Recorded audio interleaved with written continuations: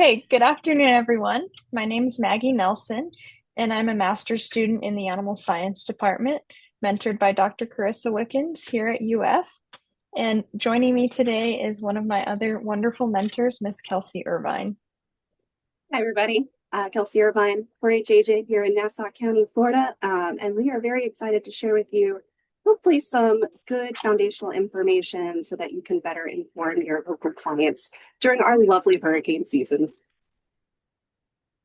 Yes, so while I was at UF, I was part of the honors program, and I did my honors thesis on hurricane preparedness, awareness, and practices in the Florida equine community, which is what I will be sharing with you all today. And just a little background on why I'm passionate about this research is because I am not a native Floridian. I moved with my horses from California 3 years ago. So hurricanes were definitely something for us to get used to. And I evacuated 3 times in the first 2 years that I lived here. So that is what inspired my research. Absolutely. So here in Florida, we know that if we are told to evacuate, we try to do so if and so we are possible. However, if you have horses, that task is a bit more daunting than loading up your cat and dog and getting to the appropriate shelter. So Floridians have this unique challenge when we have to start thinking about evacuating our larger pets, not just our in-home pets. And so Maggie and I have really started looking into the literature to see how we were deciding on creating these best management practices and how we were actually thinking about reaching these demographics in a way that makes sense to get the information that they need to be successful at evacuating. And there really isn't anything, especially regarding hurricanes, and of course, nothing specific here for Florida. So when we talk about creating impactful documents and purposeful reach, especially for emergency preparedness, we really need to have a pulse on what our demographic actually has, what they're using, and what they need. And so this study is really looking at our Florida population here specifically, how they make those deciding factors on whether or not they evacuate, if they can evacuate, and when they would evacuate, as well as helping us create better educational materials to reach that particular audience. So as you know, horses are special. They take up a special place in our community, and everything we do with them has to be a little bit more nuanced than our everyday. So this study, again, is to help bridge that gap between what we expect to be best management practices and what is actually practices being used by our Florida audience. As for specific objectives within this project, primarily we wanted to understand how these Florida horse owners make their decisions whether to evacuate or shelter in place. Secondly, I wanted to look at the two major groups in this study, those who choose to evacuate and those who don't, and start characterizing the economic impact of their decision and their practices. Thirdly, I wanted to identify if there were any gaps within preparedness knowledges and procedures, and to assess areas of need that state agencies like Florida SART and IFAS could help address if we identified a group that needed some particular help. And to follow up on that, fourthly and finally, we wanted to identify demographic trends within the equine community to reveal if there are specific groups within our larger community that struggle with hurricane preparedness. For my personal hypotheses going into this study, first, I predicted the majority of Florida horse owners would choose to shelter in place rather than evacuate. Secondly, I predicted that the non-native Floridians like me would be more likely to evacuate than our native Floridians. And finally, I thought that the majority of respondents would utilize extension websites and state agency websites to get their preparedness information. So I created this survey in Qualtrics and started distributing it in May 2025.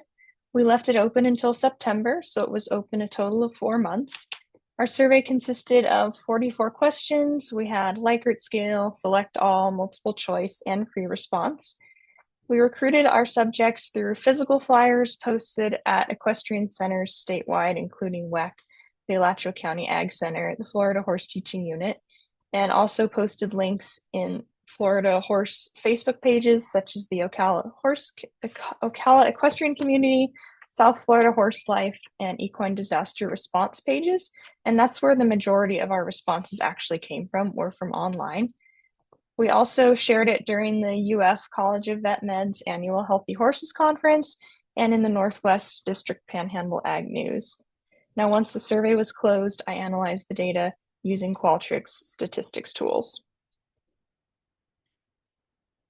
Before we get into those specific statistics and results, some primary results are that we had 486 responses from 56 out of 67 counties. So we were very happy with this result. And the main finding was that 56%, the majority of Florida horse owners across all disciplines, do not evacuate. We found a significant association between the purpose of the horse and whether the owner evacuates, and our competition and performance riders were found most likely to evacuate. There was no statistical significance between our native and non-native Floridian respondents, which did not support my second hypothesis. However, there was some association between the category of storm versus Floridian status. So our native Floridians were more likely to evacuate just for categories 4 and 5, and the non-native Floridians like me were more likely to evacuate for 2s and 3s. And finally, the majority of respondents obtained their preparedness information from community Facebook groups as opposed to extension sites like I had predicted. As for the common preparedness measures used by all respondents, first I asked them where they kept their horse during a hurricane. 52% said they kept them in the pasture, 48% in the barn. So I found this interesting because it is truly a 50-50 split on what people believe is right for them and their horses. And then I asked about stockpiling feed and water in advance, since this is very important, since the roads will be down and they'll be out of power. So 69% said they stockpiled water in advance and 88% stockpiled feed. I also found this interesting because water is more important than feed to stockpile, yet more people stocked up on feed. Now, 78% had a generator on the property where they keep their horses, and I think this definitely influences their decisions to mainly shelter in place because they're able to keep water and have power to keep their horses safe.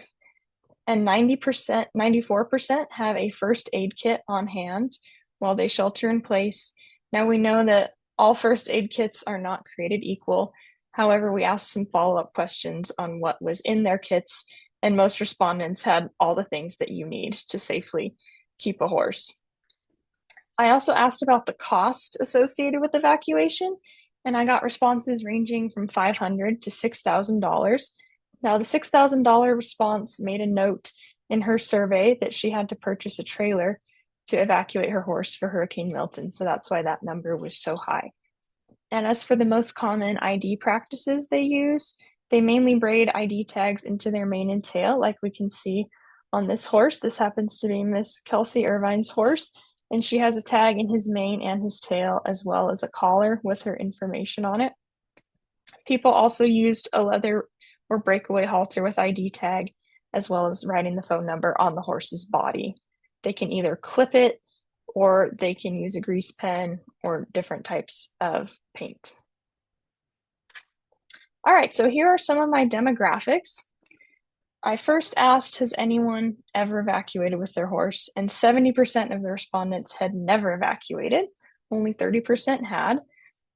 So I also asked, secondly, if they were native or non-native Floridians, and here we can see the majority were native Floridians, only 32% transplants from other states. As for how long respondents had owned horses, 60% of our respondents had owned horses for over 20 years. So I think that definitely influences their choice to shelter in place because they've owned horses for such a long time. They feel confident and comfortable with what they're doing. And for the purpose of horses, 56% were used for just pleasure and recreational purposes, such as trail riding, backyard lessons, and 37% were used for competition and performance. So definitely riding horses, whether it be for recreational or competition, were the main answers. We did have some equine assisted services and therapeutic riding, and a small bit, 1% of respondents were racing barns. So here's where I looked at the purpose of the horse related to whether the owner had evacuated previously. And as you can see, most of them do not evacuate. But for the few that do, the most likely to evacuate is your competition and performance people. We'll get into this a little bit later, but it's important to note that they probably have more resources at their disposal, such as already having a trailer or being with a training barn that has a trailer where the trainer takes care of all of the horses. And then secondly, most likely to evacuate were the pleasure and recreational riders, a few of our EAS and therapeutic riding barns, and some breeding facilities. We had 0% of the racing industry say they had evacuated before, but we have to remember that we had such a small response from that group. They were only 1% of the respondents.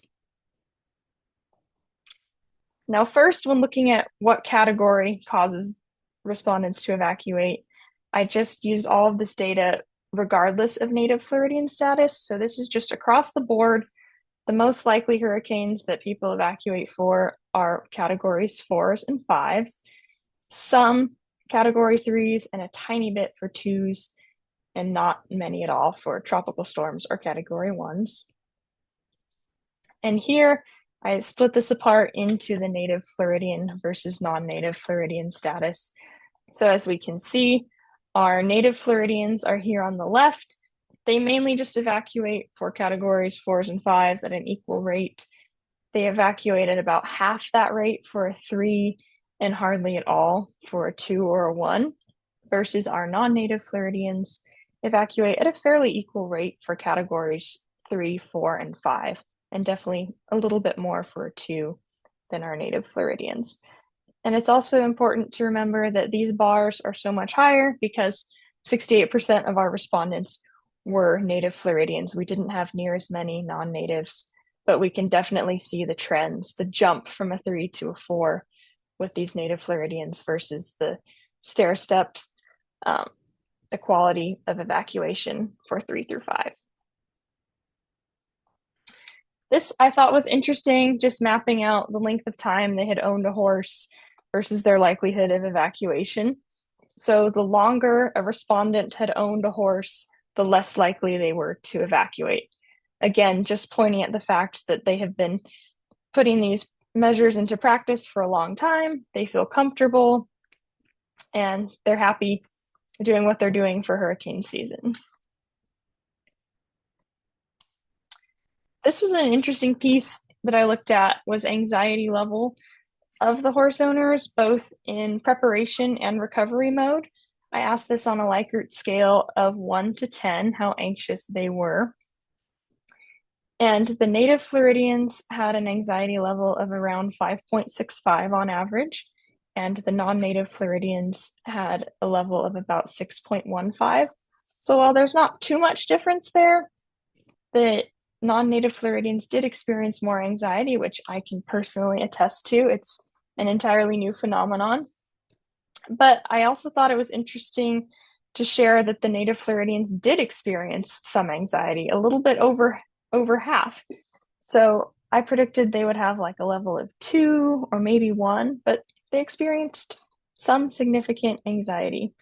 And now this graph is not technically statistically significant because our P is 0.07, but it is still a trend, and I thought it was something worth sharing with you all. And as for the main conclusions of this study, the main takeaway is that the majority of Florida horse owners do not evacuate for hurricanes, and of the few that do, the competition riders are going to be the most likely to evacuate. And finally, our native Floridian horse owners are more likely to only evacuate for categories 4 and 5, while our non-natives are going to evacuate at a similar rate for categories 3 through 5. So what this comes into is the fact that we always provide best management practices and education that support evacuation first. Now we know that really isn't what our audience is looking for. And so to better prepare our people here in Florida, we need to have the understanding that shelter in place is going to be the most common. So there needs to be some educational efforts there. We know that transportation is the biggest limiting factor when it comes to getting people out. So knowing that certain storms will pose that higher anxiety risk as well as just general risk, we need to be able to provide more transportation services to get people out and away. But again, realizing that our folks are staying home means that we need to start tailoring our education a little bit differently to support those practices. Now, With that being said, I'm a firm believer in complacency kills, and a lot of these, the longer I've owned horses, and I've done this forever, and a storm has never affected me, is the situations that we see people end up that are more dire and impactful. So, with that being said, there still needs to be education towards evacuating and knowing how to get people out when needed, because it is a devastating response if they are hit with those true hurricanes. But in terms of the more general storms and the general population, we really need to focus on our shelter in place practices. So that's your big takeaway today. Know your audience to help them make better choices. All right. So with Thank you that, so much. we're happy to entertain some questions. I have a question. I put in the chat, I help with our fair board, and we have a facility that we make available to be able to house any horses that evacuate. But I didn't know, and this was getting that word out has been a struggle. We have told our EOC to tell other EOCs that will be affected because they have that relationship. But did you find any kind of network? I know when you came from California, you had to find some network to stop with your horse. My twin sister moved from Florida to Montana, and it took a week to move with her horse. And she was able to find those places to stop along the way to house the horse overnight. So is there a network of evacuation sites available that you know of for those individuals that want to evacuate? So I will say we are not nearly as organized as like our Cattlemen's Association, and most of our communications are done through word of mouth and social chains, which is not great when you talk about biosecurity. So yes, when we do want to encourage proper sheltering. However, the majority of people are going to go to private establishments or larger facilities. So a lot of people know about WEC at this point, Jacksonville Equestrian Center. They're going to seek those first, but if they're going outside, there are a few Facebook groups dedicated to communicating evacuation sites, but you do run that risk of those biosecurity infractions. And I'm personally that horse owner that I am too much of a helicopter mom to worry if somebody shared water with someone else. So everybody does evacuate at their own risk. But I will say most of the time, unfortunately, it is going to be through those social media channels and word of mouth through friends, even more so than our EOCs, which is where we wish they would pull those resources. We do try to put that obviously through our Florida SART information and all of our normal UF channels, but when people are scared, they run to Facebook. Yes, we've let SART Yes. know that as well, but yeah, we've also put it on Facebook.